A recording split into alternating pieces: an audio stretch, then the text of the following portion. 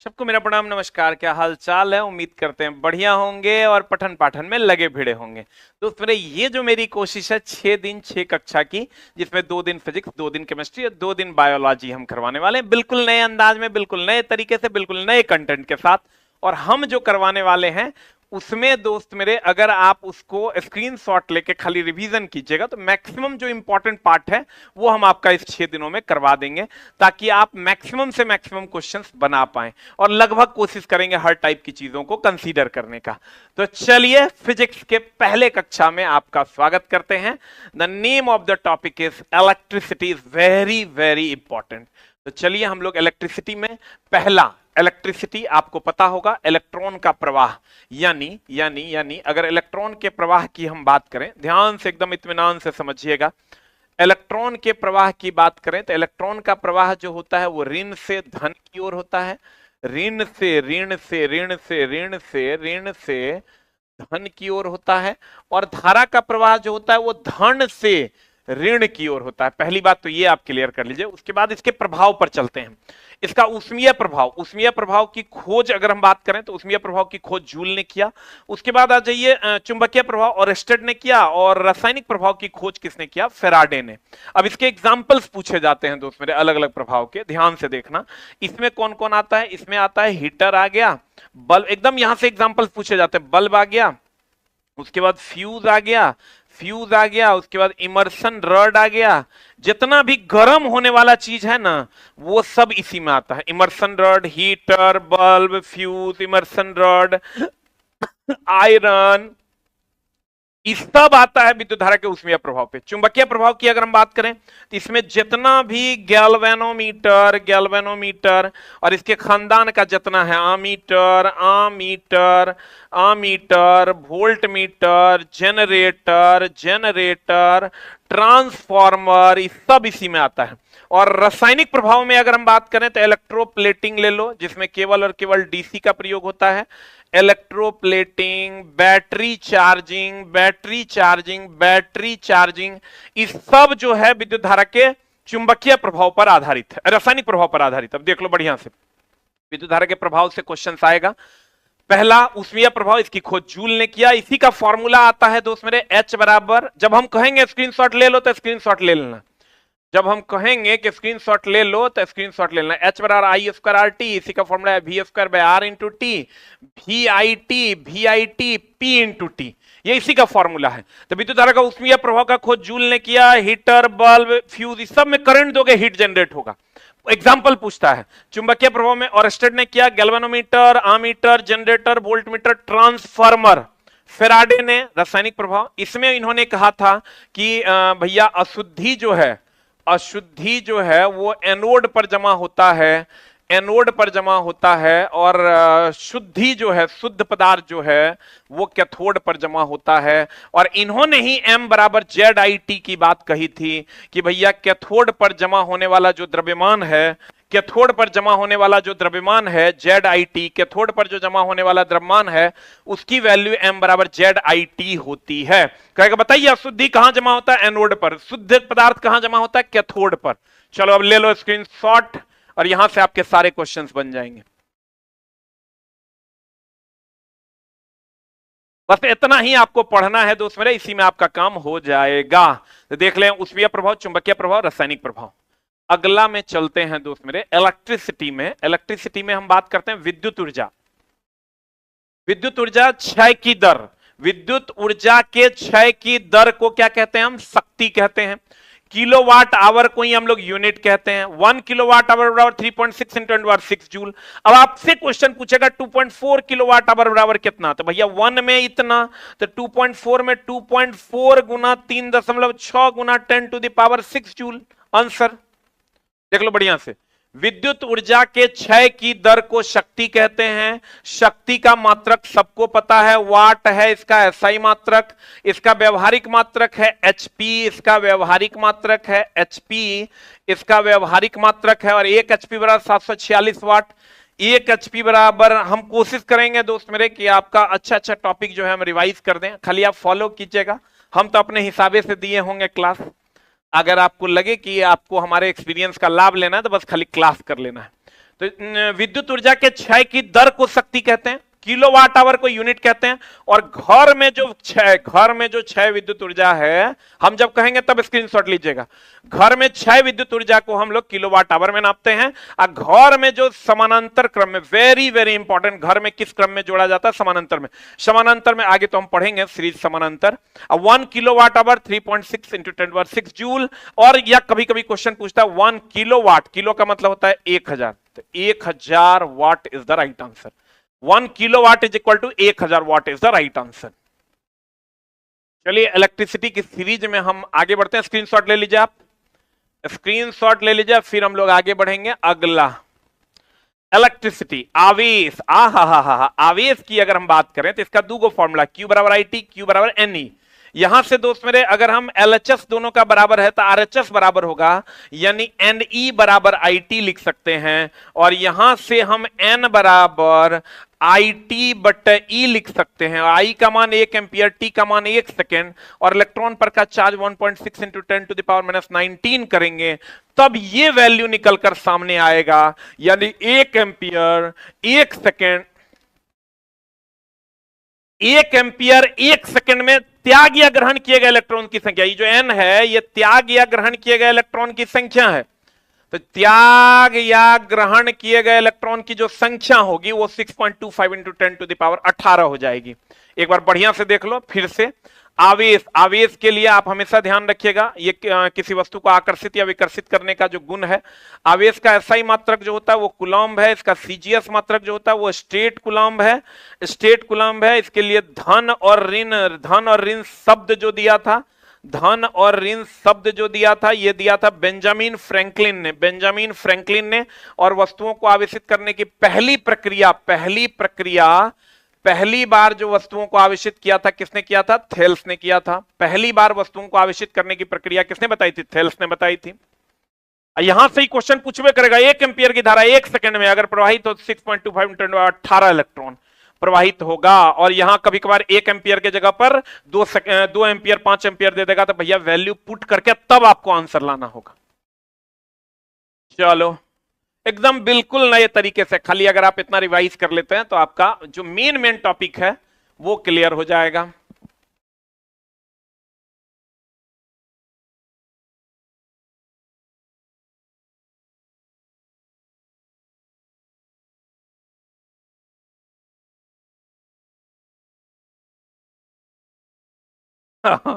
Electricity का numerical की अगर हम बात करें, एक फॉर्मूला आता है V बराबर W/Q, W बटा Q के जगह पर IT आता है। तो कभी कभी इसका यूनिट अगर करोगे तो जूल बटा कूलम्ब आ जाता है, कार्य का जूल बटा कूलम्ब। इसी को हम लोग वोल्ट कहते हैं। और दोस्त मेरे ये जो है अदिश राशि है, ये कौन राशि है? अदिश राशि है। अब आ जाओ इस पर या तो तुमको न्यूमेरिकल पूछेगा, क्या न्यूमेरिकल पूछेगा?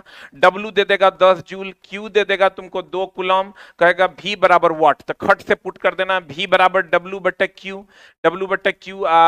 V बराबर W के मान 10, W के मान 10, Q के मान 2, 10 बटे 2 5 वोल्ट। कभी कभी क्या करेगा, Q बराबर IT होता है तो I दे देगा, W दे देगा, V दे देगा, T मांग लेगा। तो ये फॉर्मूला पर या तो इस पर देगा या तो इस पर देगा या तो इस पर देगा।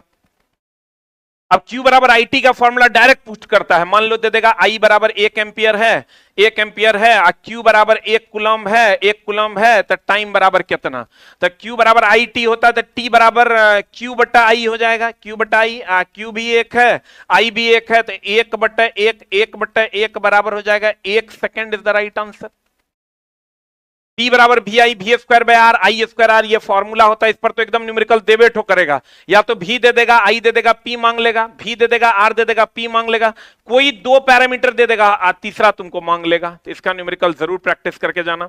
H बराबर I² RT का numerical, H I² RT V² R into T, VIT P into T, इस पर न्यूमेरिकल दे सकता है। इतने पर न्यूमेरिकल इलेक्ट्रिसिटी में देगा, यानी तो सीरीज पैरेलल पर। और R बराबर रो L बाय A पर न्यूमेरिकल देगा, रो L बटा पाई R स्क्वायर पर न्यूमेरिकल देगा। इतना पे न्यूमेरिकल तुम प्रैक्टिस करके जाना, तुम्हारा काम हो जाएगा। देख लो एकदम जितना बोर्ड पर लिखल है, या कुछ नहीं करता है, कहेगा इसको दुगुना कर देंगे, ये दुगुना हो जाएगा।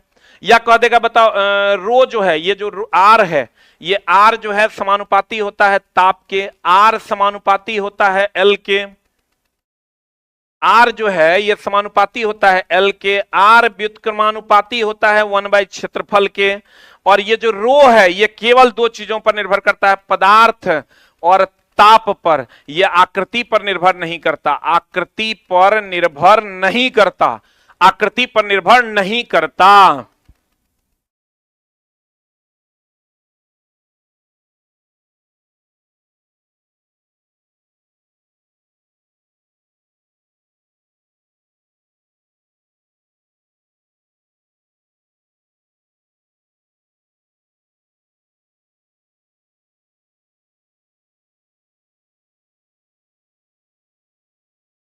स्क्रीनशॉट ले लीजिए जल्दी से। अब फिर हम लोग शुरू करते हैं, अगले टॉपिक की ओर चलते हैं।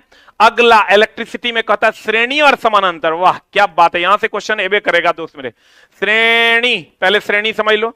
श्रेणी में अगर हम बात करें आर टोटल, अगर ये R1 है और ये अगर R2 है तो आर टोटल बराबर R1 प्लस R2। अगर मान लो ये 2 है, ये मान लो 3 है, तो ये हो जाएगा 2 प्लस 3 बराबर 5। इसीलिए कहते हैं महत्तम 3 है, महत्तम से भी महत्तम होता है, इसलिए इसमें महत्तम प्रतिरोध निकलता है।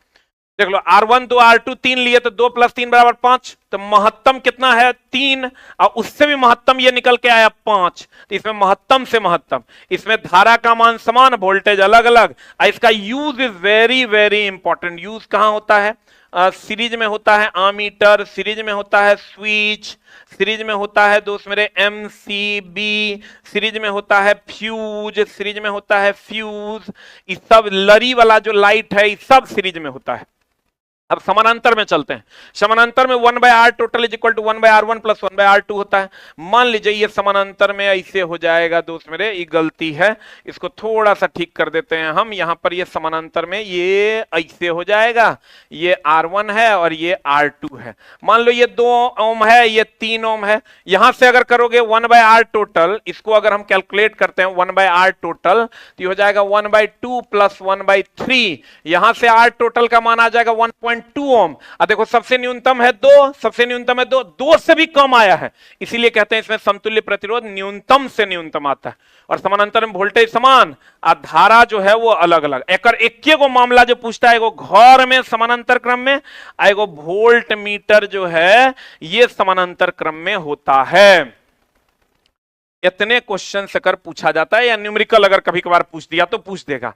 आपको क्या करेगा, एक चीज का और ध्यान रखिएगा यहां पर, नहीं तो गड़बड़ हो जाएगा। 1 by R total is equal to होता है 1 by R1 plus 1 by R2, 1 by R2। यहां से R1 R2 एलसीएम लेते हैं तो ये हो जाता है R1 प्लस R2। इसको देखो, यहां से पलटी मारना ना भूलना, पलटी नहीं मारोगे तो फिर गड़बड़ हो जाएगा। R1 R2 बटा R1 प्लस R2। एकदम सिंपल क्वेश्चन पूछेगा कि ये R1 R2 दो प्रतिरोध समानांतर में है तो समतुल्य कितना होगा, तो समतुल्य पूछेगा तो लड़का ये ऑप्शन मार देता है, जबकि ये 1 बाय आर टोटल का वैल्यू है। आर टोटल निकालोगे तो ये ऊपर चल जाएगा, ये नीचे आ जाएगा। कभी कभी क्या करता है, कहता है अगर श्रेणी क्रम में आर टोटल का मान 5 है और एक प्रतिरोध R1 3 है, तो बताओ R2 कितना होगा। तो ये तो बना ही देगा, क्योंकि R टोटल बराबर हम जानते हैं यहां से R1 प्लस R2। यहां से R टोटल का मान दे दिया है 5, तो रख देंगे R1 3, तो R2 निकालना है। यहां से R2 बराबर 5 में से 3 गया 2 ओम इज द राइट आंसर, निकाल देंगे। इस टाइप के क्वेश्चंस पूछे जाते हैं।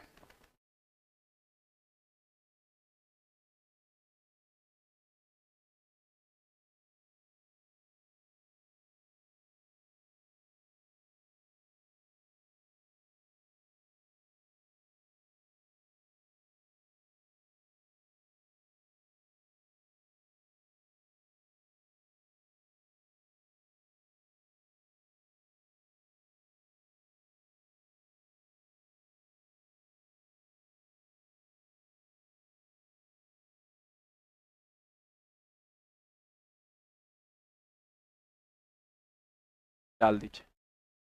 हा। देखो ध्यान से समझना, मैग्नेट की बात करते हैं। किसकी बात करते हैं दोस्त मेरे? मैग्नेट की बात करते हैं। Very very important chapter is magnet. Magnet की अगर हम बात करें तो प्रबलता क्या होता है? चुंबक की प्रबलता को एम्पियर मीटर में व्यक्त करते हैं। किसमें व्यक्त करते हैं दोस्त मेरे? एम्पियर मीटर में व्यक्त करते हैं। ध्यान से देखना, चुंबक की प्रबलता को किसमें व्यक्त करते हैं? एम्पियर मीटर में व्यक्त करते हैं चुंबक की प्रबलता। अगर ये चुंबक है, ये नॉर्थ पोल है, ये साउथ पोल है, अगर लंबाई के समानांतर काटेंगे प्रबलता आधी हो जाएगी, और अगर लंबाई के लंबवत काटेंगे प्रबलता अपरिवर्तित रहेगी। अपरिवर्तित रहेगी, अपरिवर्तित रहेगी। अब देखो, प्रबलता जो है वो धारा के प्रबलता की अगर हम बात करें, ये धारा के प्रवाह के समानुपाती होता है, समानुपाती होता है धारा के। प्रबलता समानुपाती होता है फेरों की संख्या के, फेरों की संख्या के प्रबलता समानुपाती होता है। अब ताप अगर बढ़ा देंगे, ताप बढ़ा देंगे तो प्रबलता घट जाएगी, प्रबलता जो है वो घट जाएगी। ताप बढ़ाइएगा तो प्रबलता चुंबक की क्या हो जाएगी? घट जाएगी। और अशुद्ध शुद्ध शुद्ध शुद्ध जो होता है प्राकृतिक चुंबक की प्रबलता, प्राकृतिक चुंबक या यूं कहें स्टील की प्रबलता जो होती है वो कम होती है, लोहा की तुलना में लोहा की प्रबलता ज्यादा होती है। और फेरों की संख्या बढ़ा दोगे तो प्रबलता बढ़ जाएगा, धारा का मान बढ़ा दोगे तो प्रबलता बढ़ जाएगा। अब चुंबकीय बल रेखा, चुंबकीय बल रेखा के बारे में यूं आप जानते हैं दोस्त मेरे, ये अगर नॉर्थ पोल है और ये साउथ पोल है तो नॉर्थ से साउथ की तरफ चुंबकीय बल रेखाएं जाती है। और ये जो रेखाएं हैं चुंबकीय बल रेखा, जो तुमको पूछता है ये सघन के लिए सघन, विरल के लिए विरल, विरल के लिए विरल, एक समान के लिए एक समान, एक समान के लिए एक समान, और एक समान के लिए समदूरस्थ भी होता है, समदूरस्थ होता है, समदूरस्थ होता है। ये रेखाएं एक दूसरे को प्रतिच्छेद देखो कहीं नहीं करती है, प्रतिच्छेद नहीं करती, प्रतिच्छेद नहीं करती। और इस पर खींची गई चुंबकीय बल रेखाओं पर खींची गई जो स्पर्श रेखा है, ये जो स्पर्श रेखा है, स्पर्श रेखा है, यही स्पर्श रेखा चुंबकीय क्षेत्र को बताता है, यही स्पर्श रेखा चुंबकीय क्षेत्र को बताता है। सघन के लिए सघन, विरल के लिए विरल, और एक समान के लिए एक समान। बंद वक्र बनाता है, देखो ये पूरा का पूरा बंद वक्र बनाता है, बंद वक्र बनाता है। दूसरा, ये चुंबक के बाहर जो है, चुंबक के बाहर, चुंबक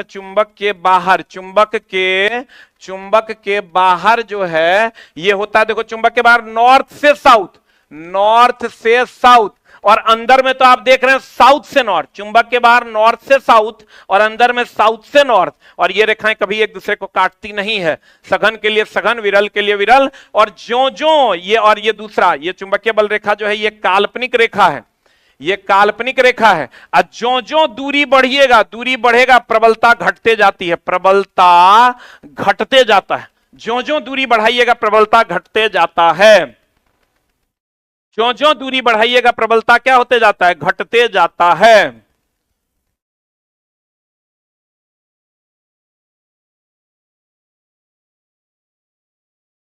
प्रबलता क्या होते जाता है? घटते जाता है।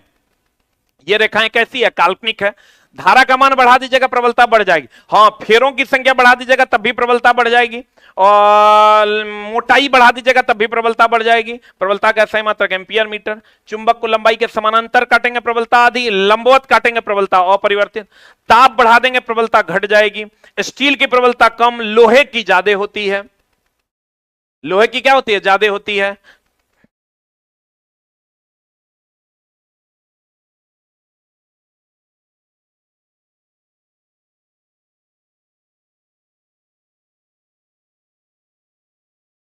चुंबक के बाहर जो चुंबकीय बल रेखाएं नॉर्थ से साउथ, चुंबक के अंदर साउथ से नॉर्थ, और ये रेखाएं चुंबकीय बल रेखा काल्पनिक है।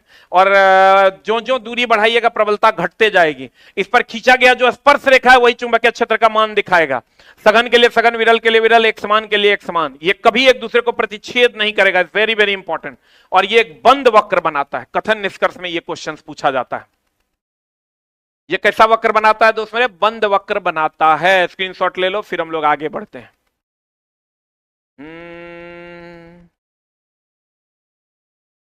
स्क्रीनशॉट ले लो दोस्त मेरे, अब फिर हम लोग आगे बढ़ते हैं। चुंबक गुण, चुंबक का गुण भैया, चुंबक का गुण की अगर हम बात करें तो चुंबक मैग्नेटाइट का बना होता है, मैग्नेटाइट का बना होता है, Fe3O4 होता है, काला होता है। कैसा होता है? काला होता है। और चुंबक की अगर हम बात करें, चुंबक में ध्रुव, ध्रुव की संख्या जो होती है, ध्रुव की संख्या 2 होती है। गर्म करोगे तो प्रबलता, गर्मी बढ़ाओगे तो प्रबलता घटेगा, गर्मी बढ़ाओगे तो प्रबलता घट जाता है, जितना ज्यादा गर्म करोगे प्रबलता उतनी कम हो जाएगी। और दोस्त मेरे अगर ये चुंबक है, ये चुंबक है, ये नॉर्थ पोल है, ये साउथ पोल है, तो यहां से यहां तक की लंबाई को ज्यामितीय लंबाई कहते हैं, और ये ध्रुवों से बीच की लंबाई को चुंबकीय लंबाई कहते हैं, चुंबकीय लंबाई कहते हैं। और दोस्त मेरे चुंबकीय लंबाई और ज्यामितीय लंबाई का जो अनुपात होता है वो 0.84 होता है। अभी तुरंत बताए थे लंबाई के समानांतर काटेंगे प्रबलता आधी, लंबाई के लंबवत काटेंगे तो प्रबलता नहीं बदलेगा। चुंबकीय लंबाई और ज्यामितीय लंबाई का अनुपात हो जाता है 0.84 हो जाता है। और चुंबक को हमेशा उत्तर दक्षिण दिशा में लटकता है, चुंबक हमेशा उत्तर दक्षिण दिशा में लटकता है, और इसीलिए चुंबक को हम लोग लोड स्टोन भी कहते हैं, इसीलिए चुंबक को हम लोग लोड स्टोन भी कहते हैं। चुंबक सदैव उत्तर दक्षिण दिशा में लटकता है, और चुंबक में आयरन, निकेल, कोबाल्ट इत्यादि को आकर्षित करने का गुण होता है, को आकर्षित करता है, आकर्षित करता है, आकर्षित करता है। चुंबक का ध्रुव जो है वो बिल्कुल किनारे पर ना होकर के थोड़ा सा अंदर होता है, यहां प्रबलता जो होता है ध्रुव पर प्रबलता महत्तम होता है, आई जो बीच में प्रबलता होता है, प्रबलता जो बीच में होता है ये न्यूनतम होता है, प्रबलता जो यहां पर होता है दोस्त मेरे ये महत्तम होता है, और यहां जो बीच में होता है प्रबलता न्यूनतम होता है, न्यूनतम होता। सबसे अधिक ध्रुवों पर प्रबलता महत्तम और बीच में प्रबलता न्यूनतम हो जाता है। ये इतने सारे चुंबक के गुण हैं, जल्दी से इसका स्क्रीनशॉट ले लो। गर्म करने पर प्रबलता घट जाती है, गर्म करने पर प्रबलता क्या हो जाती है, घट जाती है। चुंबक की अगर हम बात करें, सीधा धारावाही चालक के लिए पूछता है, ये सीधा धारावाही चालक है और ये कुंडली बना हुआ है। ये हमेशा ध्यान रखिएगा, तार को जब कॉइल के रूप में लपेटते हैं, तार को कॉइल के रूप में लपेटते हैं तब बनता है परिनालिका, तार को कॉइल के रूप में लपेटते हैं परिनालिका, ये है परिनालिका जिसको आप सोलेनॉइड कहते हैं। और ये है सीधा धारावाही चालक, सीधा धारावाही चालक। इसमें जो चुंबकीय क्षेत्र बनता है दोस्त मेरे वो संकेंद्रीय वृत्त बनाता है, संकेंद्रीय वृत्त बनाता है। इसमें जो चुंबकीय क्षेत्र बनता है जब करंट का प्रवाह करते हैं तो ये संकेंद्रीय वृत्त बनता है, इसमें भी करंट का प्रवाह करेंगे। और संकेंद्रीय वृत्त मतलब सारे वृत्त का केंद्र एक ही होता है, और ज्यों ज्यों इससे दूर जाते हैं प्रबलता घटती है, इसकी प्रबलता क्या हो जाती है दोस्तों मेरे, घटती है। और ये जो चुंबकीय क्षेत्र है इसकी दिशा, चुंबकीय क्षेत्र की दिशा दाहिने हाथ के अंगूठा नियम से दिया जाता है, दाहिने हाथ के अंगूठा नियम से दिया जाता है, दाहिने हाथ के अंगूठा नियम से दिया जाता है, दाहिने हाथ के अंगूठा नियम से दिया जाता है। आपको कहेगा जब सीधे धारावाही चालक तार में विद्युत धारा का प्रवाह करते हैं तो कैसा चुंबकीय क्षेत्र बनता है, संकेंद्रीय वृत्त बनता है। कैसा बनता है दोस्त मेरे, संकेंद्रीय, किधर गया, संकेंद्रीय वृत्त बनता है। ये जब संकेंद्रीय कंसेंट्रिक सर्किल बनता है, संकेंद्रीय वृत्त बनता है, कंसेंट्रिक सर्किल बनता है, और जैसे ज्यों ज्यों दूर जाएंगे प्रबलता घटते जाती है। अब इसमें आते हैं, इसका जो चुंबकीय क्षेत्र होता है दोस्त मेरे जब इसमें करंट का प्रवाह करते हैं, जब इसमें करंट का प्रवाह करते हैं तो ये अंदर की अगर हम बात करें, अंदर की, किसकी बात करें दोस्त मेरे, अंदर की अगर हम बात करें तो अंदर में कहेगा हर जगह समान, अंदर में हर जगह वेरी वेरी इंपॉर्टेंट, हर जगह चुंबकीय क्षेत्र का मान समान। और अंदर में जब भी होगा समानांतर चुंबकीय क्षेत्र बनता है, देखो ये समानांतर। और बाहर में अगर हम बात करें, बाहर में अगर हम बात करें तो दूर जाने पर घटता है, दूर जाने पर चुंबकीय प्रबलता घटता है, दूर जाने पर। बाहर में होता है वक्राकार, देख लो बाहर में ऐसा वक्राकार, अंदर में समानांतर। और इसके अंदर अगर कोई नरम लोहा डाल दिया जाए, नरम लोहा बोले तो अस्थाई चुंबक, नरम लोहा अगर डाल दिया जाए तो वह भी चुंबक की तरह व्यवहार करेगा, नरम लोहा डाल दिया जाए तो वह भी चुंबक की तरह व्यवहार करेगा। बस इतने बात तुमको याद में रखना है।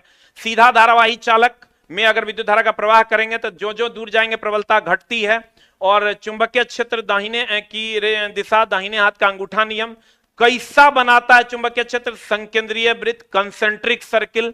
और जो जैसे ही बाहर जाते हैं, दूर जाने पर प्रबलता घट जाता है, और बाहर का जो चुंबकीय क्षेत्र होता है वक्राकार होता है। इसके अंदर हर जगह चुंबकीय क्षेत्र समान होता है और समानांतर होता है। और इसके अंदर अगर नरम लोहा डाल दिया जाए तो चुंबक की तरह वो व्यवहार करेगा, और जब किसी तार को क्वाइल के रूप में लपेट दिया जाए तो परिनालिका कहलाता है। ये सारे क्वेश्चंस पूछे गए हैं, जल्दी से स्क्रीनशॉट ले लो, जल्दी से स्क्रीनशॉट ले लो, फिर हम लोग बढ़ेंगे आगे।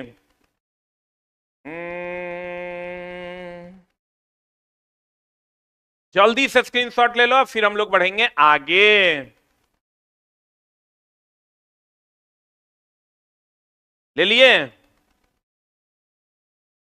चलो तो आगे बढ़ते हैं दोस्त मेरे। कहता है चुंबक चुंबक चुंबक चुंबक। देखो चुंबकीय पदार्थ तीन प्रकार के।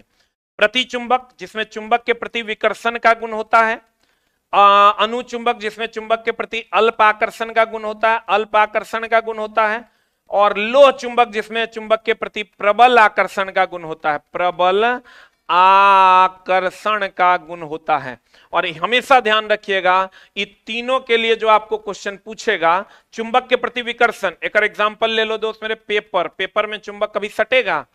कभी नहीं सटेगा। जल में कभी चुंबक सटेगा? नहीं सटेगा। इसके बाद एग्जाम्पल में ले लो अनुचुंबक। अनुचुंबक में हो गया ऑक्सीजन, और जिसमें भी मॉल लगल है जैसे सोडियम, पोटेशियम, ये सब अनुचुंबक में आता है। लोह चुंबक का एग्जाम्पल ले लो दोस्त मेरे, आयरन, निकेल, कोबाल्ट। और इसकी जो चुंबकशीलता होती है, इसकी जो चुंबकशीलता होती है, इसकी चुंबकशीलता जो है वो ऋणात्मक होती है। इसकी चुंबकशीलता लगभग 1 के बराबर, और इसकी चुंबकशीलता लगभग 1000 के बराबर होती है। ये ध्यान रखिएगा। ध्यान से देखिएगा। कितने लोगों को ये अंदाज पसंद आ रहा है रिवीजन का? एक बार जल्दी से 8 टाइप कर दो। ध्यान से देखो, चुंबक, चुंबकीय पदार्थ तीन प्रकार का। प्रति मतलब चुंबक के प्रति प्रतिकर्षण हो, विकर्षण का गुण रखता हो। अनुचुंबक अल्प आकर्षण, लोह चुंबक प्रबल आकर्षण। तो देखो इसको याद कैसे रखना है, ऑक्सीजन तथा जिसमें मोह लगा हुआ होगा वो अनुचुंबक, वो अनुचुंबक, अनुचुंबक। आयरन, निकेल, कोबाल्ट, ये लोह चुंबक, लोह चुंबक, लोह चुंबक। और दोस्त मेरे बाद बाकी जितना है, बाद बाकी जो है वो प्रतिचुंबक, बाद बाकी जो है ये प्रतिचुंबक, बाद बाकी प्रतिचुंबक। एक बार बढ़िया से चला, तुम 6 क्लास अटेंड कर लो, तुम्हारा 6 घंटा, 6.5 7 घंटा लेंगे हम, लेकिन तुम्हारा काम क्या होता है तो तुम्हारा पता चलेगा एग्जाम हॉल में जाके, बहुत मदद मिलेगी। ऑक्सीजन तथा मोह लगा हुआ, लेकिन इस बार दोस्त मेरे कथन निष्कर्ष वाले क्वेश्चंस भी तुमको देखने को मिल सकता है, ठीक ना? तो इसलिए कथन निष्कर्ष वाला क्वेश्चन मिल भी सकता है, नहीं भी, लेकिन पिछले बार भी कुछ कुछ पूछा था, इस बार भी पूछ सकता है। ऑक्सीजन तथा मोह लगा हुआ, अनुचुंबक, आयरन, निकेल, कोबाल्ट, लोह चुंबक, बाद बाकी प्रतिचुंबक, बाद बाकी प्रतिचुंबक। अगर तुमको कह दे बताओ कॉपर क्या है, तो कॉपर के बारे में देख लो तुम। कॉपर भैया ऑक्सीजन है नहीं, मोह लगल है नहीं, तो अनुचुंबक होगा नहीं। आयरन, निकेल, कोबाल्ट है नहीं, तो लोह चुंबक है, इसका मतलब बाद बाकी में जाएगा। इसका मतलब ये प्रतिचुंबक है। इसकी चुंबकशीलता ऋणात्मक, इसकी चुंबकशीलता लगभग 1 के बराबर, इसकी चुंबकशीलता 1000 के बराबर। चुंबकीय पदार्थ। अब देखो चुंबकीय पदार्थ की अगर हम बात करें, एक होता है लेफ्ट हैंड रूल। चुंबकीय पदार्थ नहीं, चुंबक में ही है, आता है चुंबक का फ्लेमिंग का लॉ है, यहां हो जाएगा फ्लेमिंग। फ्लेमिंग के बारे में अगर हम बात करें तो फ्लेमिंग का 2 लॉ है, एक लेफ्ट हैंड रूल है, एक राइट हैंड रूल है। तो लेफ्ट हैंड रूल होगी, राइट हैंड रूल हो। लेफ्ट हैंड रूल होता है मोटर के लिए, ये ध्यान रखिएगा, और राइट हैंड रूल होता है जनरेटर के लिए, जनरेटर के लिए। राइट हैंड रूल किसके लिए होता है दोस्त मेरे? जनरेटर के लिए राइट हैंड रूल होता है। और इसमें दोनों में अगर हम बात करें, दोनों लॉ में, लेफ्ट हैंड और राइट हैंड दोनों में, तो अंगूठा जो है ये लगने वाले बल या गति की दिशा को दर्शाता है, और तर्जनी या प्रथमा जो है ये चुंबकीय क्षेत्र को दर्शाता है, और मध्यमा जो है ये धारा या प्रेरित ईएमएफ को दर्शाता है। आपको अगर याद ना रहे, सबसे ज्यादा बलशाली अंगूठा है, तो अंगूठा बल या गति की दिशा को, तर्जनी चुंबकीय क्षेत्र, मध्यमा जो बीच में है वो धारा या ईएमएफ। फ्लेमिंग के 2 लॉ, एक लेफ्ट हैंड रूल, एक राइट हैंड रूल। याद रखने के लिए आप याद रखिए, राइट हैंड से हम लोग जनरेटर को स्टार्ट करते हैं, तो राइट हैंड रूल जनरेटर के लिए, और लेफ्ट हैंड रूल हो जाएगा मोटर के लिए। लेफ्ट हैंड रूल किसके लिए? मोटर के लिए हो जाएगा। अंगूठा बल या गति की दिशा, तर्जनी या प्रथमा चुंबकीय क्षेत्र की दिशा, मध्यमा धारा या ईएमएफ की दिशा। जनरेटर को जब भी स्टार्ट करते हैं किससे, राइट हैंड से, तो इसलिए फ्लेमिंग का राइट हैंड रूल किसके लिए, जनरेटर ऐसे से स्टार्ट करते हैं ना हो, तो जनरेटर के लिए राइट हैंड रूल हो जाएगा। इसमें पूछता है तीनों उंगलियां, ये तीनों उंगलियां जो है एक दूसरे से 90 डिग्री के कोण पर होती है। तीनों उंगलियां एक दूसरे से कितना कोण पर होती है, 90 डिग्री के कोण पर होती है। फ्लेमिंग का लॉ एकदम दोस्त मेरे वेरी वेरी इंपॉर्टेंट। अब आते हैं पदार्थ में। पदार्थ की अगर हम बात करें दोस्त मेरे, तो पदार्थ में क्वेश्चन पूछता है जिसका घनत्व कम वो तैरेगा और जिसका घनत्व अधिक होगा वो डूबेगा। एकदम सिंपल है, जिसका घनत्व कम वो तैरेगा, जिसका घनत्व अधिक होगा वो डूबेगा। दोस्त मेरे, जिसका घनत्व कम वो तैरेगा, इसका एकदम याद रखना है, जगह घनत्व कम वो तैरेगा। जैसे बर्फ तैर रहा है तो उसका घनत्व कम, पानी का ज्यादा। मक्खन तैरता है तो मक्खन जो तैर रहा है तैरेगा तो घनत्व मक्खन का कम। जो तैरेगा उसका घनत्व कम और जो डूबेगा उसका घनत्व अधिक होता है। एक अगर हम एग्जाम्पल की बात करें दोस्त मेरे, तो देखो दूध और मक्खन में, मक्खन तैरता है तो मक्खन का घनत्व जो है वो मक्खन का घनत्व होगा कम और दूध का होगा ज्यादा। बर्फ और पानी में, बर्फ तैरता है ना तो भैया पानी का घनत्व होगा ज्यादा और बर्फ का घनत्व होगा कम, बर्फ का घनत्व होगा कम।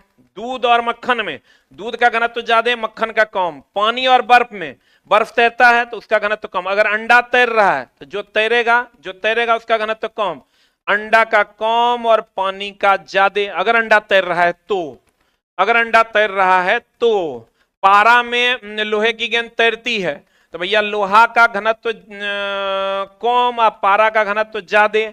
जबकि पानी में डूब जाता है तो पानी में जो डूबेगा उसका घनत्व अधिक, तो पानी में लोहे का घनत्व जो होगा वो ज्यादा होगा और पानी का कम हो जाएगा। अरे पारा में तैरता है तो तैर रहा है लोहा, तो लोहे का घनत्व वहां कम हो जाएगा, और पानी में डूब जाता है तो वहां पानी में जो डूब रहा है तो उसका घनत्व अधिक, यानी लोहा डूब रहा है तो लोहे का घनत्व अधिक हो जाएगा। दूध की अगर हम बात करें, दूध का ज्यादा, मक्खन का कम, क्योंकि मक्खन तैरता है, बर्फ तैरता है। जिसका भी घनत्व तैरने वाला है, अंडा तैर रहा है तो तैरेगा तो घनत्व कम हो जाएगा। और ये हमेशा ध्यान रखना दोस्त मेरे, बर्फ का जो घनत्व होता है वो होता है 900 केजी पर मीटर क्यूब, और पानी का जो घनत्व होता है वो होता है 1000 केजी पर मीटर क्यूब। 1000 केजी पर मीटर क्यूब, यानी बर्फ का घनत्व होता है कम। घनत्व और आपेक्षिक घनत्व में डिफरेंस है।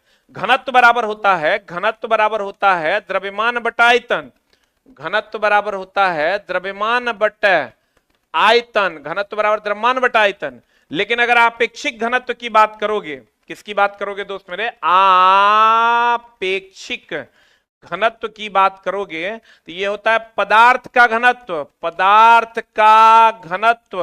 अब बटे पानी का घनत्व। पदार्थ का आपेक्षिक घनत्व की अगर हम बात करें तो ये पदार्थ का घनत्व बटे पानी का घनत्व। और ये हमेशा ध्यान रखिएगा, आपेक्षिक घनत्व का क्वेश्चन पूछता है, एनसीईआरटी में दिया हुआ है चांदी के बारे में। चांदी का घनत्व तुमको आपेक्षिक घनत्व दे दिया, पदार्थ का मांगा है, तो बस पुट करना है, गेट द रिजल्ट। ये मात्रकहीन और बीमाहीन है, ये मात्रकहीन और बीमाहीन है। और आपेक्षिक घनत्व के सिद्धांत पर काम करता है हाइड्रोमीटर। हाइड्रोमीटर आपेक्षिक घनत्व नापता है, हाइड्रोमीटर आपेक्षिक घनत्व नापता है। और एक होता है हाइग्रोमीटर, आपेक्षिक आर्द्रता नापता है। हाइग्रोमीटर ये आपेक्षिक आर्द्रता नापता है, आपेक्षिक आर्द्रता नापता है, आपेक्षिक आर्द्रता नापता है। और एक होता है लेक्टोमीटर, लेक्टोमीटर दूध की शुद्धता नापता है, दूध की शुद्धता नापता है, वो भी आपेक्षिक घनत्व के द्वारा। दूध की शुद्धता नापता है वो भी आपेक्षिक घनत्व के द्वारा। आपेक्षिक घनत्व मात्रकहीन और बीमाहीन है। हाइड्रोमीटर आपेक्षिक घनत्व, हाइग्रोमीटर आपेक्षिक आर्द्रता नापता। जल्दी से स्क्रीनशॉट ले लो। पदार्थ का घनत्व बटा पानी का घनत्व, घनत्व का मात्रक केजी पर मीटर क्यूब होता है, क्योंकि घनत्व बराबर होता है द्रव्यमान बटा आयतन। अगर हम घनत्व की बात करें तो घनत्व बराबर होता है दोस्त मेरे द्रव्यमान बटा आयतन, द्रव्यमान बटा आयतन। घनत्व बराबर क्या होता है, द्रव्यमान बटा आयतन।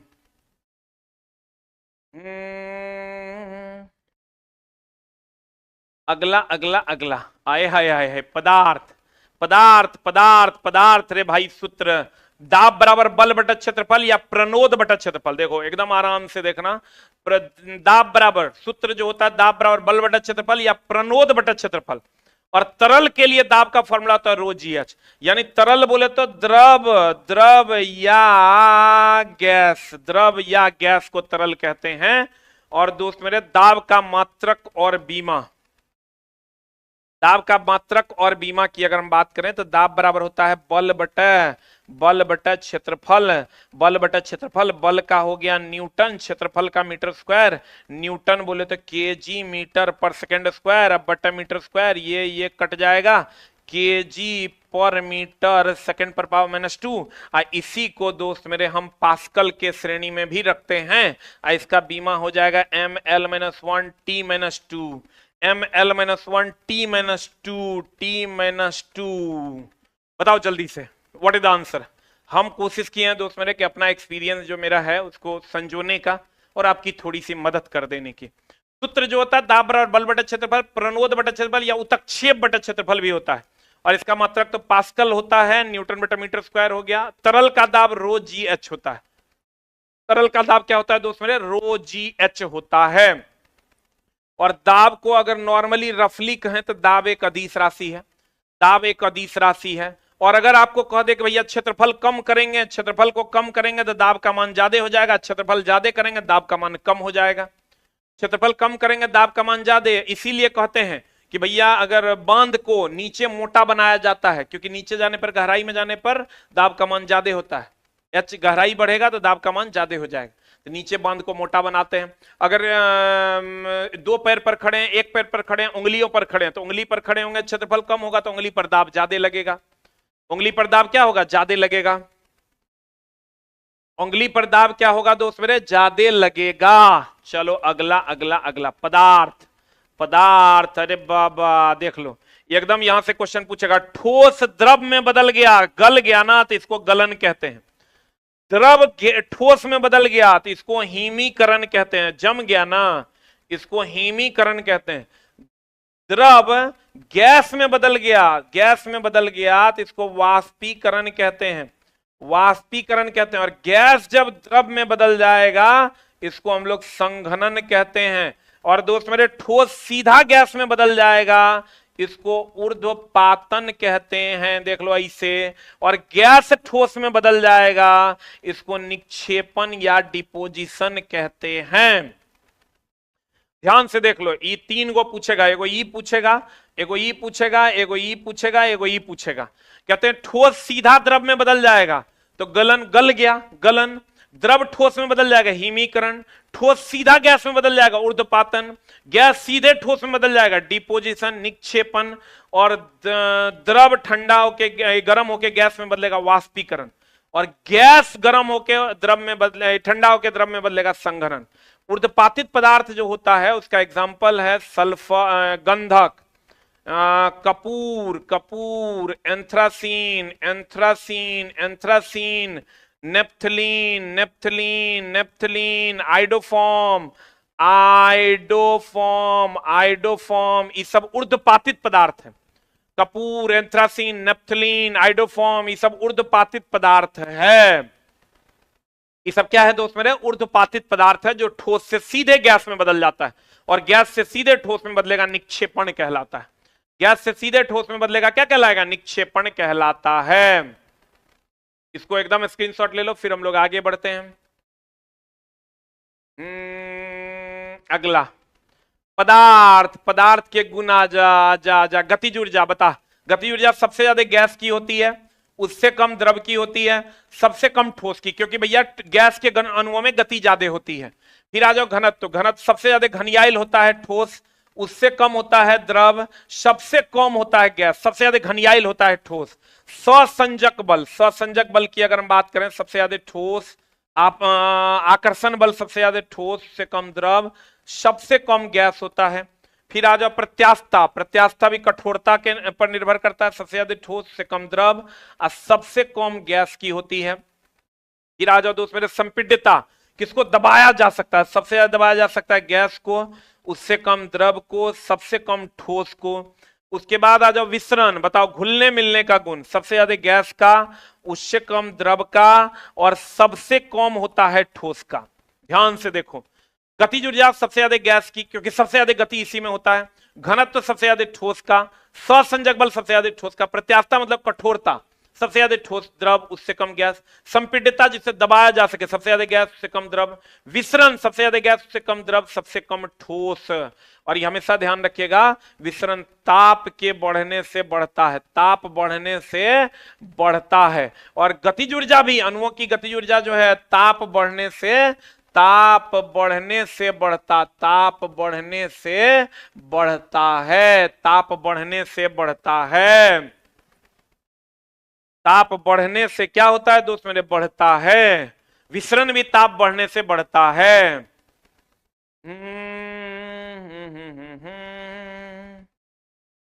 ठोस द्रव गैस के बारे में दोस्त मेरे आकार और आयतन एकदम याद रखिएगा, पहले इसका स्क्रीनशॉट ले लीजिए, अब फिर हम बता देते हैं। ओहो, चलो आगे चलते हैं, आगे आगे आगे आगे आगे आगे आगे। तो इससे पहले एक चीज का ध्यान रखना कि भैया आकार, आकार और आयतन, आकार और आयतन जो है ना ठोस द्रव गैस का, यहां से क्वेश्चंस पूछे जाते हैं। ठोस का और गैस का पहले जान लो, उसके बाद द्रव का जानना, उसके बाद द्रव का जानना। ठोस का आकार भी निश्चित होता है, आयतन भी निश्चित होता है, कथन निष्कर्ष में पूछता है। और गैस का आयतन अनिश्चित होता है, गैस का आयतन अनिश्चित होता है और आकार भी अनिश्चित होता है। बढ़िया से देख लो, आकार और आयतन दोनों अनिश्चित होता है, ठोस का दोनों निश्चित, गैस का दोनों अनिश्चित, और द्रव का बात करोगे तो आकार अनिश्चित, लेकिन भैया आयतन जो होता है इसका निश्चित होता है, आयतन जो होता है इसका वो निश्चित होता है। ध्यान से देखो, ठोस का दोनों निश्चित, गैस का दोनों अनिश्चित, और द्रव का आकार अनिश्चित और आयतन निश्चित। आयतन तो भैया 1 लीटर लोगे तो 1 लीटर रहेगा, 1 लीटर लोगे तो 1 लीटर रहेगा। द्रव का आकार अनिश्चित और आयतन निश्चित होता है।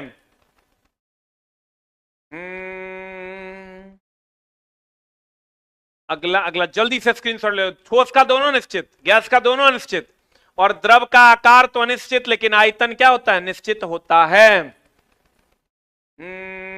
अब आजा आजा आजा आजा आजा आजा, इधर चलते हैं दोस्त मेरे पदार्थ की ओर। पदार्थ, आजा आजा आजा, चलते हैं दोस्त मेरे अगले की ओर। कहता है पदार्थ, पदार्थ में सबसे ज्यादा क्वेश्चन पूछता है वाष्पीकरण के बारे में, कि वाष्पीकरण कब बढ़ता है। ऊपर एरो का मतलब हुआ बढ़ता है, वाष्पीकरण तब बढ़ता है जब दोस्त मेरे क्षेत्रफल बढ़ता है, क्षेत्रफल बढ़ेगा वाष्पीकरण बढ़ेगा, ताप बढ़ेगा तब भी वाष्पीकरण बढ़ेगा, वायुमंडलीय वायुमंडलीय ताप बढ़ेगा, वायुमंडलीय ताप बढ़ेगा, वायुमंडलीय ताप, वायुमंडलीय ताप बढ़ेगा, वायुमंडलीय ताप बढ़ेगा, वायुमंडलीय ताप बढ़ेगा तब भी वाष्पीकरण बढ़ेगा। और दोस्त मेरे अगर नमी की मात्रा बढ़ जाएगी, नमी की मात्रा घट जाएगी तब वाष्पीकरण बढ़ेगा। देखो ये तीनों के बढ़ने से बढ़ता है, लेकिन नमी अगर बढ़ जाएगा तो घट जाएगा, नमी घट जाएगा तो बढ़ जाएगा। ऐसे भी देखो, अगर सबसे धीमा प्रक्रिया है ये, सबसे धीमा प्रक्रिया है, सबसे धीमा प्रक्रिया है ये, सबसे धीमी प्रक्रिया, सबसे धीमी प्रक्रिया क्या है, सबसे धीमी प्रक्रिया वाष्पीकरण है। क्षेत्रफल बढ़ा दोगे, थाली के जगह लोटा में ले लोगे तो कम वाष्पीकरण होगा, ताप बढ़ा दोगे ज्यादा वाष्पीकरण होगा, वायुमंडलीय ताप बढ़ा दोगे गर्मी में ज्यादा वाष्पीकरण होगा, लेकिन नमी को घटाओगे तब वाष्पीकरण ज्यादा होगा, नमी को घटाओगे तब वाष्पीकरण ज्यादा होता है। चलो अब चलते हैं पदार्थ के, पदार्थ पदार्थ पदार्थ, पदार्थ की अगर हम बात करें, पदार्थ, पदार्थ की अगर हम बात करें, इसके फलन जो है, पदार्थ के 3 फलन है, ठोस, द्रव और गैस। इसके बारे में हम आपको बता चुके हैं, ठोस के बारे में, द्रव के बारे में, गैस के बारे में अलग से हम स्लाइड लेके आपको बता दिए थे। पदार्थ किसको कहते हैं, जो स्थान छेकता हो वगैरह वगैरह। फिर आते हैं गुरुत्वाकर्षण में, यहां प्लवन के बारे में हम बता देते हैं तुमको अलग से। प्लवन के बारे में पदार्थ चैप्टर में, ई प्रॉपर्टीज ऑफ मैटर में प्लवन के बारे में बताते हैं, ध्यान से समझना। प्लवन क्या होता है, अगर मान लो W जो है वो भार बल है, W भार बल है, और W1 जो है वो उत्प्लावन बल है, उत्प्लावन बल है। तो अगर इसका कंडीशन है कि अगर W यानी भार बल ज्यादा होगा उत्प्लावन बल से, तो भैया डूब जाएगा, डूबेगा, डूबेगा। और अगर भार बल कम हुआ, उत्प्लावन बल ज्यादा हुआ तो तैरेगा, तो तैरेगा। दोनों बराबर हुआ, W बराबर W1 यानी भार बल उत्प्लावन बल के बराबर हुआ तो बीच में रहेगा। देखो इस वस्तु पर उत्प्लावन बल ज्यादा होगा तो तैरेगा, भार बल ज्यादा होगा तो डूब जाएगा, दोनों बराबर होगा तो बीच में रहेगा।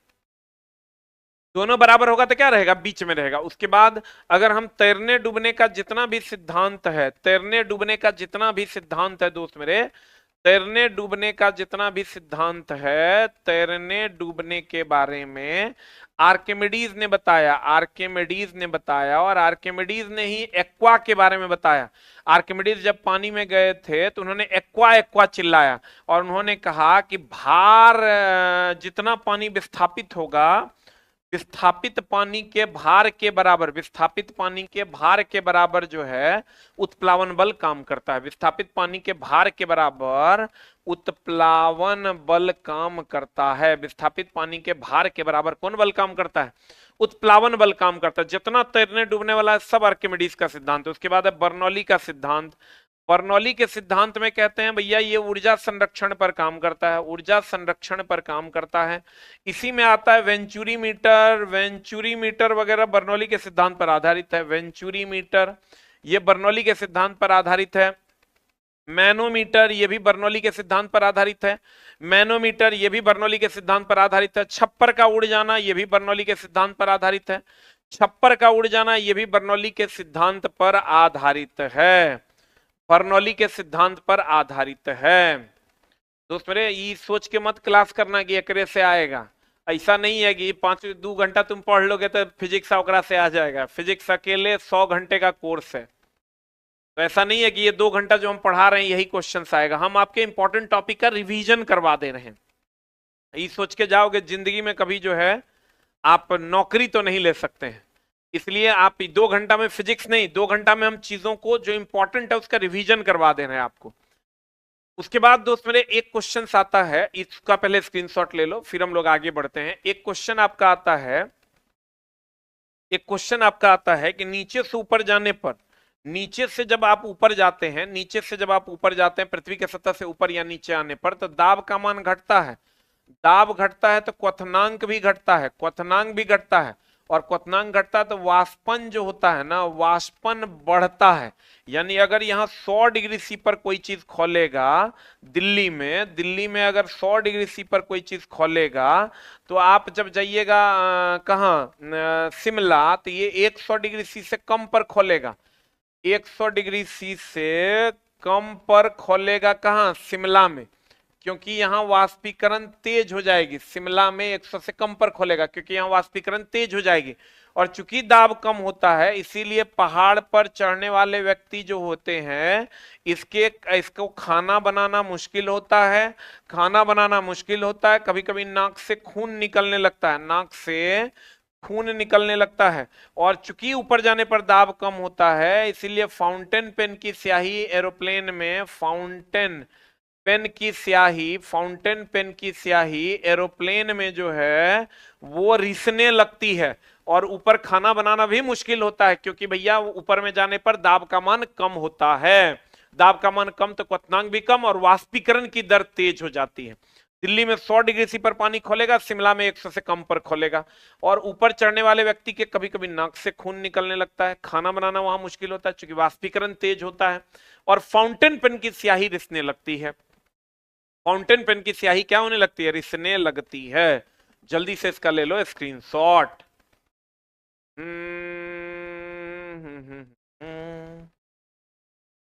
अगला यहां से चलते हैं दोस्त मेरे गुरुत्वाकर्षण की ओर। गुरुत्वाकर्षण की अगर हम बात करें, गुरुत्वाकर्षण की अगर हम बात करें, गुरुत्वाकर्षण की अगर हम बात करें, गुरुत्वाकर्षण में जी, यहां देखो पृथ्वी के सतह पर अगर हम जी की बात करें, ये जी है छोटी जी, पृथ्वी के सतह पर अगर जी है तो चंद्रमा पर G/6 है। ये चंद्रमा है, चंद्रमा पर G/6 है। और यानी यहां अगर W बराबर mg है तो यहां W बराबर mg/6 है। यहां अगर G है तो यहां W बराबर mg/6 है। तो अगर यहां पर किसी वस्तु का भार, देखो द्रव्यमान और भार में अंतर है, इसका ध्यान रखिएगा, हम आगे पढ़ाएंगे। अगर किसी वस्तु का भार यहां 60 न्यूटन है, अगर किसी वस्तु का भार यहाँ 60 न्यूटन है तो यहाँ 60/6 यानी यहाँ भार 10 न्यूटन हो जाएगा। इसका छठा भाग यहाँ होता है और इसका 6 गुना यहाँ होता है। लेकिन अगर किसी वस्तु का भार यहाँ 10 केजी है तो चंद्रमा पर भी जाओगे तो 10 केजी ही होगा, क्योंकि द्रव्यमान कभी बदलता नहीं है। इस जी की अगर हम बात करें, ये पृथ्वी के सतह पर 9.8 मीटर पर सेकेंड स्क्वायर होता है। और जब कोई पिंड नीचे से ऊपर जा रहा है या ऊपर से नीचे आता है तो भैया कुल ऊर्जा कुल ऊर्जा कुल ऊर्जा और जी का मान नियत रहता है। कुल ऊर्जा और जी का मान क्या रहता है? नियत रहता है। ये ध्यान रखिएगा। पृथ्वी के स्तर पर mg होता है तो यहाँ mg/6 होता है। द्रव्यमान और भार में अंतर आपको एकदम क्वेश्चन यहां से रहेगा। चलो ग्रेविटेशन के अगले टॉपिक पर चलते हैं, गुरुत्वाकर्षण। गुरुत्वाकर्षण बल का गुण। गुरुत्वाकर्षण बल का गुण है, सबसे कमजोर बल है। सबसे कमजोर बल है, सबसे कमजोर बल है गुरुत्वाकर्षण। सबसे कमजोर बल है गुरुत्वाकर्षण की अगर हम बात करें दोस्त मेरे, सबसे कमजोर, सबसे कमजोर केवल आकर्षण का बल है। केवल आकर्षण का बल है, ये केवल आकर्षण का बल है, सबसे कमजोर बल है। और इसका फॉर्मूला होता है F समानुपाती m1 m2 बटे r स्क्वायर। और यहां समानुपाती का चिन्ह हटाते हो तो यहां आ जाता है g m1 m2 बटा r स्क्वायर। इस g को हम लोग कहते हैं सार्वत्रिक गुरुत्वाकर्षण नियतांक। सार्वत्रिक गुरुत्वाकर्षण नियतांक, सार्वत्रिक, एकदम जो इंपॉर्टेंट है उसी की बात कर रहे हैं और उसी की बात करेंगे भी। सार्वत्रिक गुरुत्वाकर्षण नियतांक जिसकी वैल्यू होती है दोस्त मेरे 6.67 into 10 to the power -11 newton metre square बटे केजी स्क्वायर। और ये जो बल है केवल आकर्षण का बल है, F बराबर जी m1 m2 बटा r स्क्वायर। यही जब पृथ्वी से नीचे की ओर लगता है तो इसको हम लोग भार बल कहते हैं।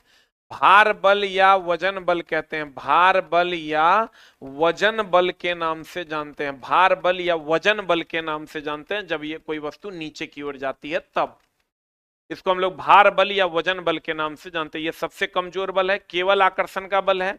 F बराबर जी m1 m2 बटा r स्क्वायर होता है। इसको सार्वत्रिक गुरुत्वाकर्षण नियतांक कहते हैं। सार्वत्रिक गुरुत्वाकर्षण नियतांक कहते हैं। इसकी वैल्यू 6.67 10 -11 न्यूटन मीटर स्क्वायर बटा केजी स्क्वायर होता है। और इसका जो खोज है दोस्त मेरे, ये जो बड़की जी है, इसका खोज किसने किया था? इसका खोज केवेंडिस ने किया था। इसका खोज किसने किया था? केवेंडिस ने किया था। इसका खोज कहेगा बड़की जी का खोज किसने कर दिया दोस्त मेरे? केवेंडिस ने किया। सबसे कमजोर बल है, केवल आकर्षण का बल है। सबसे मजबूत बल में नाभिकीय बल है। सबसे मजबूत बल में नाभिकीय बल। और ये जो बड़की जी है ना, ये हमेशा नियत रहता है। इसका मान पूरे ब्रह्मांड में कहीं नहीं बदलता। और नीचे की ओर लगने वाले बल को भार बल या वजन बल कहते हैं। नीचे की ओर लगने वाले बल को भार बल या वजन बल कहते हैं। देख लो, यही बड़ी जी के प्रॉपर्टीज के बारे में। बड़ी जी का खोज किसने किया? केवेंडिस ने किया। इसको यह हमेशा नियत रहता है बड़ी जी, और इसका वैल्यू 6.67 10 -11 रहता है। इसको सार्वत्रिक गुरुत्वाकर्षण नियतांक कहते हैं बड़ी जी को। यही छोटी जी ले लोगे तो छोटी जी को दोस्त मेरे हम लोग गुरुत्वीय त्वरण कहते हैं। इसका स्क्रीनशॉट ले लो। अगला कहते हैं, इसी का जो क्वेश्चन पूछेगा, अगर गुरुत्वाकर्षण की हम बात करें दोस्त मेरे, गुरुत्वाकर्षण की अगर हम बात करें, सूत्र तो हम आपको बता ही दिए, गुण तो बता ही दिए, सूत्र हम बता ही दिए। F बराबर होता है जी m1 m2 अब बटा r स्क्वायर। अब ई दोनों को दुगुना कर देंगे तो ये 4 गुना हो जाएगा। उसी तरह इसको दुगुना करेंगे तो ये 1/4 गुना हो जाएगा। इस टाइप के क्वेश्चन पूछे जाते हैं। अब आ जाओ द्रव्यमान और भार में अंतर। ध्यान से देखना, द्रव्यमान और भार में क्या अंतर। द्रव्यमान को m से डिनोट करते हैं, भार को w से डिनोट करते हैं। इसका फॉर्मूला w बराबर mg होता है। और g का मान अलग अलग जगह पर बदलता है। g का मान दोस्त मेरे बदलता है, इसलिए w का मान भी बदलता है, इसलिए इसका मान भी बदलता है। तो हम कहेंगे ये द्रव्यमान, इसका SI मात्रक kg है और इसका SI मात्रक देखोगे तो न्यूटन है। इसका SI मात्रक ये अदिश राशि है। द्रव्यमान अदिश राशि है और द्रव्यमान हर जगह नियत रहता है, कहीं पर भी बदलता नहीं है। और इसका SI मात्रक की अगर बात करोगे तो kg है। इसका SI मात्रक क्या है? kg है। और हर जगह इसका मान जो है बदलता नहीं है, हर जगह नियत रहता है। भार की अगर हम बात करें, ये सदिश राशि है और ये हमेशा नीचे की ओर लगता है, ये हमेशा भार बल को ही नीचे की ओर लगता है और ये हमेशा नीचे की ओर लगता है, और भार को ही हम लोग वजन के नाम से भी जानते हैं। इसका सही मात्रक न्यूटन है और ये हर जगह बदलता है, ये हर जगह बदलता है, ये हर जगह बदलता है। भार की अगर हम बात करें तो पृथ्वी पर होता है W बराबर mg, और वही अगर चंद्रमा पर जाता है W बराबर हो जाता है mg/6, mg/6। अगर पृथ्वी पर गया तो mg, पृथ्वी पर गया, पृथ्वी पर अगर गया तो W बराबर mg, या चंद्रमा पर गया तो W बराबर mg/6। भार को ही वजन कहते हैं। ये भार द्रव्यमान एक अदिश राशि है, नियत होता है, इसका सही मात्रक केजी है। भार का सही मात्रक न्यूटन है और ये हमेशा बदलते रहता है। यह सदिश राशि है, ये हमेशा नीचे की ओर लगता है, हर जगह इसका मान बदलते रहता है। चूंकि जी बदलेगा तो डब्ल्यू बदल जाएगा। अब हमको एक क्वेश्चन का आंसर आप दे दीजिए। अगर मान लीजिए किसी वस्तु का पृथ्वी के सतह पर भार जो है वो 60 केजी है, तो चंद्रमा के सतह पर जो है उसका, और द्रव्यमान जो है इसका 60 केजी नहीं 60 न्यूटन है, क्योंकि भार का सही मात्रक न्यूटन होता है और ये केजी है। तो बताओ यहाँ एम का मान कितना होगा? जल्दी से आंसर बता दो, क्या हो जाएगा? What is the answer? जल्दी बताओ। अगर यहां पर 10 केजी है दोस्त मेरे, यहां अगर 10 केजी है तो यहां भी 10 केजी होगा, यहां भी 10 केजी होगा, लेकिन यहां भार अगर 60 है ना तो यहां 60/6 बराबर 10 हो जाएगा। चलो अगले क्वेश्चन, अगर इसका जल्दी से दोस्त मेरे स्क्रीनशॉट ले लो, फिर हम लोग आगे बढ़ते हैं। अगला अगला अगला अगला क्या कहता है? गति और वेग। इससे पहले दोस्त मेरे थोड़ा सा और तुम जान लो, थोड़ा सा एक स्लाइड और हम तुमको पढ़ा देते हैं। जी के मान में परिवर्तन, बड़ी जी तो नहीं बदलता, वो तो हमेशा नियत रहता है। छोटी जी और बड़ी जी में डिफरेंस आपको जानना चाहिए, छोटी जी और बड़ी जी में डिफरेंस। इसको हम लोग कहते हैं सार्वत्रिक गुरुत्वाकर्षण नियतांक, इसको कहते हैं सार्वत्रिक गुरुत्वाकर्षण गुरुत्वाकर्षण नियतांक, सार्वत्रिक गुरुत्वाकर्षण नियतांक, सार्वत्रिक गुरुत्वाकर्षण नियतांक कहते हैं, सार्वत्रिक गुरुत्वाकर्षण नियतांक कहते हैं। और इसको गुरुत्वीय त्वरण कहते हैं, इसको गुरुत्वीय त्वरण कहते हैं, इसको गुरुत्वीय त्वरण कहते हैं। इसका वैल्यू होता है 6.67 इंटू 10⁻11 न्यूटन मीटर स्क्वायर बटा केजी स्क्वायर। और इसका वैल्यू पृथ्वी के सतह पर, पृथ्वी के सतह पर होता है 9.8 मीटर पर सेकेंड स्क्वायर, लेकिन अलग अलग जगह पर बदलता है, अलग अलग जगह पर, अलग अलग जगह पर बदलता है। इसकी वैल्यू अलग अलग जगह पर बदलता है। ये जो छोटी जी है इसकी वैल्यू अलग अलग जगह पर बदलता है। इसकी खोज केवेंडिस ने किया था, इसकी खोज किसने किया? केवेंडिस ने किया। और इसका खोज न्यूटन ने किया, इसका खोज किसने किया? न्यूटन ने किया। पहले तो इसका स्क्रीनशॉट ले लो। इसको गुरुत्वीय त्वरण कहते हैं, इसको सार्वत्रिक गुरुत्वाकर्षण नियतांक कहते हैं। इसकी वैल्यू 6.67 10⁻11 न्यूटन मीटर स्क्वायर बटा केजी स्क्वायर। इसकी वैल्यू हमेशा नियत रहती है, कभी नहीं बदलती है, कभी नहीं बदलती है। जल्दी से लिख लो।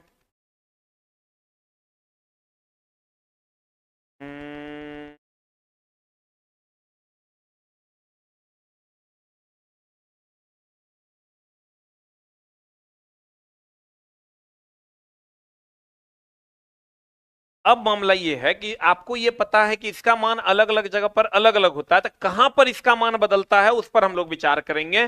तो इसके लिए आपको ये ध्यान रखना है कि पृथ्वी के सतह से ऊपर जाने पर जी का मान घटता है, नीचे जाने पर भी जी का मान घटता है, और केंद्र पर जी का मान होता है 0।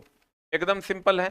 और अगर दोस्त मेरे इसकी बात करें, हम इसकी बात करें, ये विषुवत रेखा है, ये विषुवत रेखा है, ये केंद्र पर जी का मान कितना होता है? 0। इस केंद्र पर जाओगे जी का मान होता है 0। विषुवत रेखा पर जब जाओगे तो जी का मान होता है कम। ये ध्रुव है, ध्रुव है, ध्रुव पर जी का मान होता है अधिक। इधर से इधर जाओगे तो बढ़ेगा बढ़ेगा, इधर से इधर आओगे तो घटेगा घटेगा।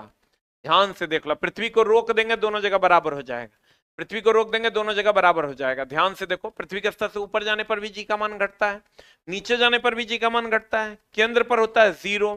विषुवत रेखा पर न्यूनतम होता है, ध्रुव पर महत्तम होता है। ऐसे जाओगे तो बढ़ेगा, कम से ज्यादा की ओर जाओगे बढ़ेगा, ज्यादा से कम की ओर जाओगे घटेगा। इतना ही याद रखो तो हर काम हो जाएगा।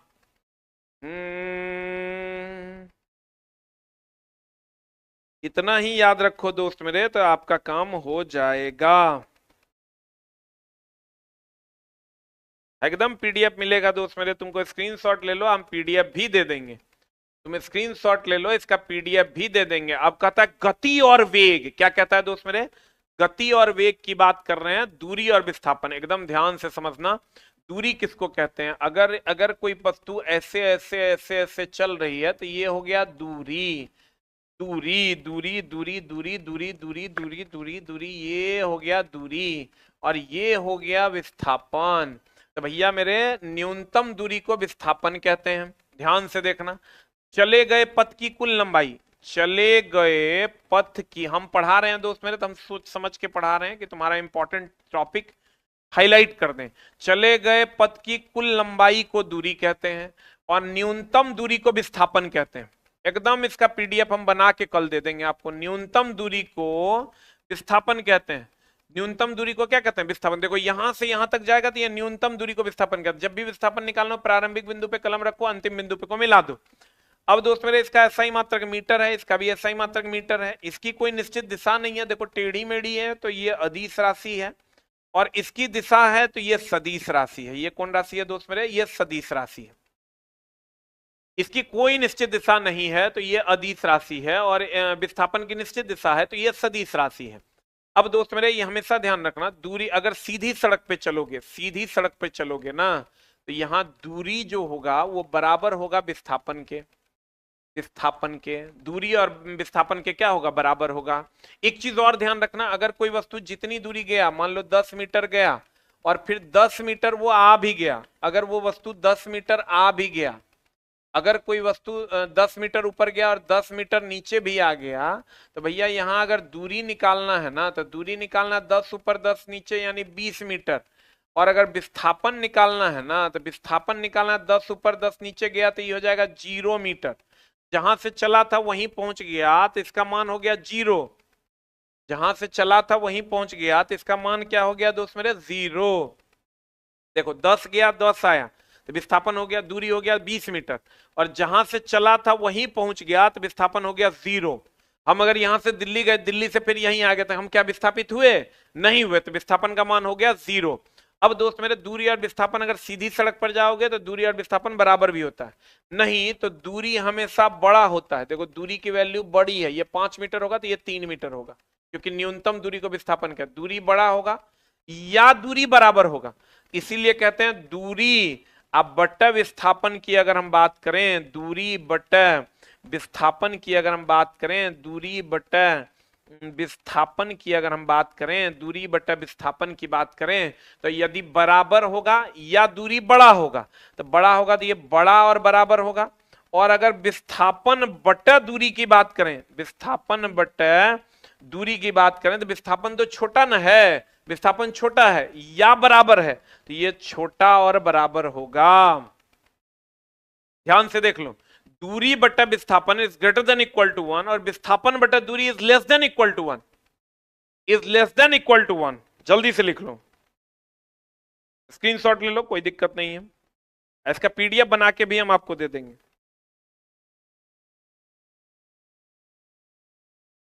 इसका दोस्त मेरे पीडीएफ बना के भी हम आपको दे देंगे।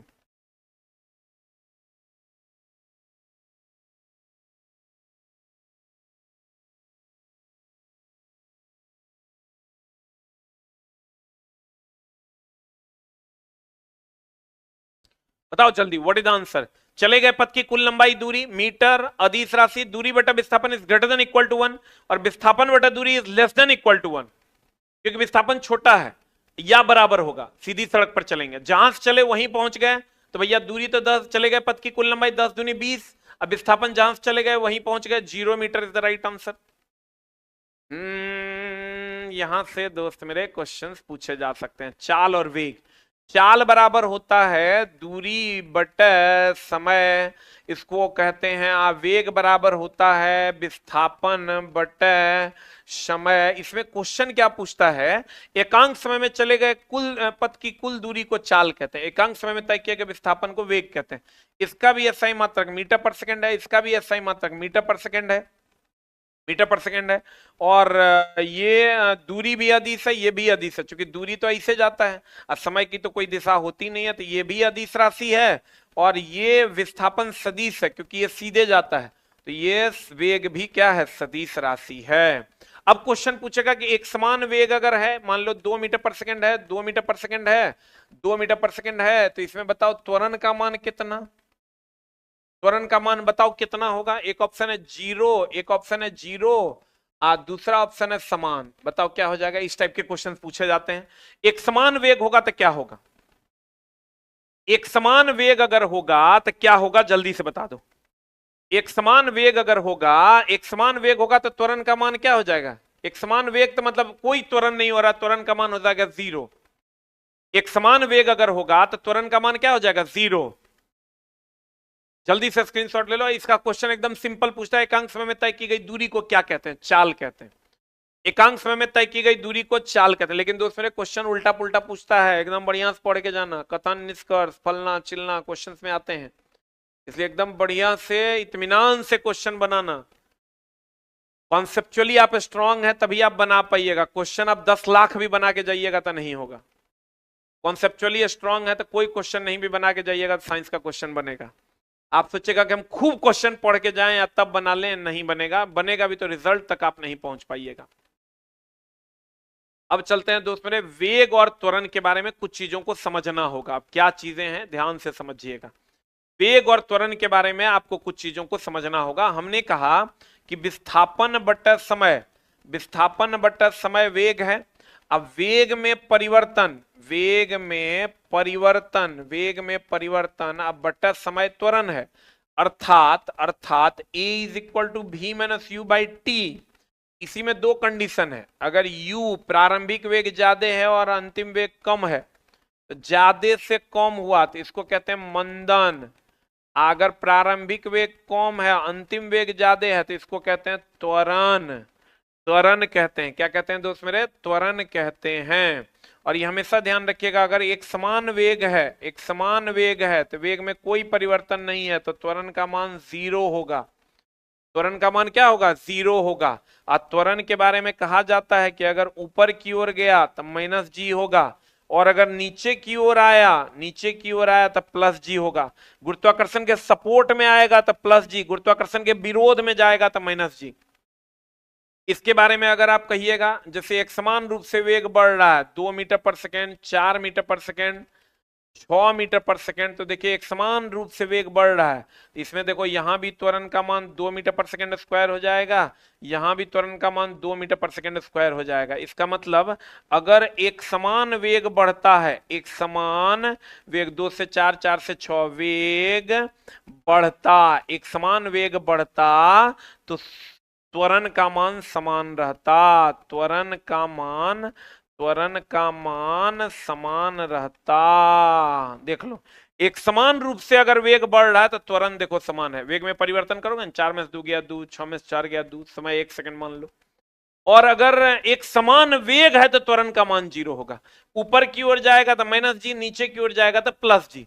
अगर किसी पिंड को ऊपर से नीचे गिराना है तो u का मान 0 होता है, अगर किसी पिंड को नीचे से ऊपर फेंकना है तो v का मान 0 होता है। ऊपर से नीचे आएगा तो वेग का मान बढ़ेगा, वेग जो है वो बढ़ेगा ऊपर से नीचे आने पर, और नीचे से ऊपर जाएगा तो वेग का मान घटेगा, घटते घटते तब ना 0 हो जाएगा। और ऊपर से नीचे आएगा तो बढ़ते बढ़ते वेग का मान महत्तम हो जाएगा। ये हमेशा ध्यान रखिएगा। ऊपर से किसी चीज को गिराएंगे u का मान 0, धीरे धीरे वेग बढ़ेगा। नीचे से फेंकेंगे तो अंतिम वेग 0 होगा, मतलब वेग धीरे धीरे घटेगा। वेग धीरे धीरे क्या होगा, घटेगा। वेग धीरे धीरे क्या होगा दोस्त मेरे, घटेगा। फिजिक्स केमिस्ट्री बायो तीनों शेड्यूल है, 2 दिन फिजिक्स, 2 दिन केमिस्ट्री एंड 2 दिन बायो। जल्दी से इसका स्क्रीनशॉट ले लो, जल्दी से इसका स्क्रीनशॉट ले लो।